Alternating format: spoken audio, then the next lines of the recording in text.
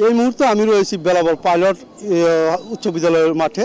আপনারা তো আমার পিছনে দেখেন যে এখন কিন্তু দুপুর 12টার উপরে বাজে, যে এখনও কিন্তু ভোটাররা কিন্তু উৎসবমুখর পরিবেশে লাইনে দাঁড়িয়ে তাদের ভোটাধিকার প্রয়োগ করছেন। আপনারা আমার পিছনে দেখেন যে এটা কিন্তু বেলাবর পাইলট উচ্চ বিদ্যালয়।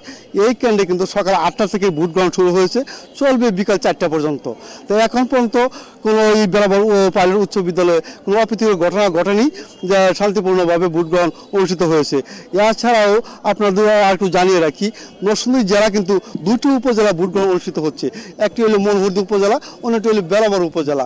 আর আমি যে কেন্দ্রে দাঁড়িয়ে আছি এটা হলো বেলাবর পাইলট উচ্চ বিদ্যালয়। এটা 59 নং ভোট কেন্দ্র। এখানে ভোট রয়েছে 3099 জন। এর মধ্যে পুরুষ ভোটার রয়েছে 1523 এবং নারী ভোটার রয়েছে 1569।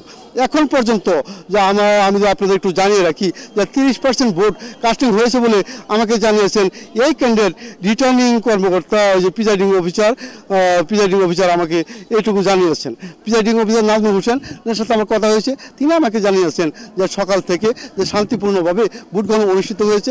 এখানে কোনো অপ্রীতিকর ঘটনার সংবাদ আমরা পাইনি, যা কোনো ঘটনা ঘটেনি। আর মনোহরদী এবং বেলাবর দুটি উপজেলা সকাল থেকে ভোট গ্রহণ অনুষ্ঠিত হয়েছে, কোথাও কোনো অপ্রীতিকর ঘটনার সংবাদ আমরা পাইনি।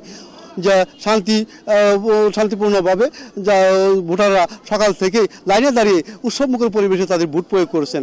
যা এরপরও যদি আমরা যে কোথাও কোনো অপ্রীতিকর ঘটনার সংবাদ আমরা পাই, পরবর্তী আপডেট নিউজে আমরা জানিয়ে দেওয়ার চেষ্টা করব।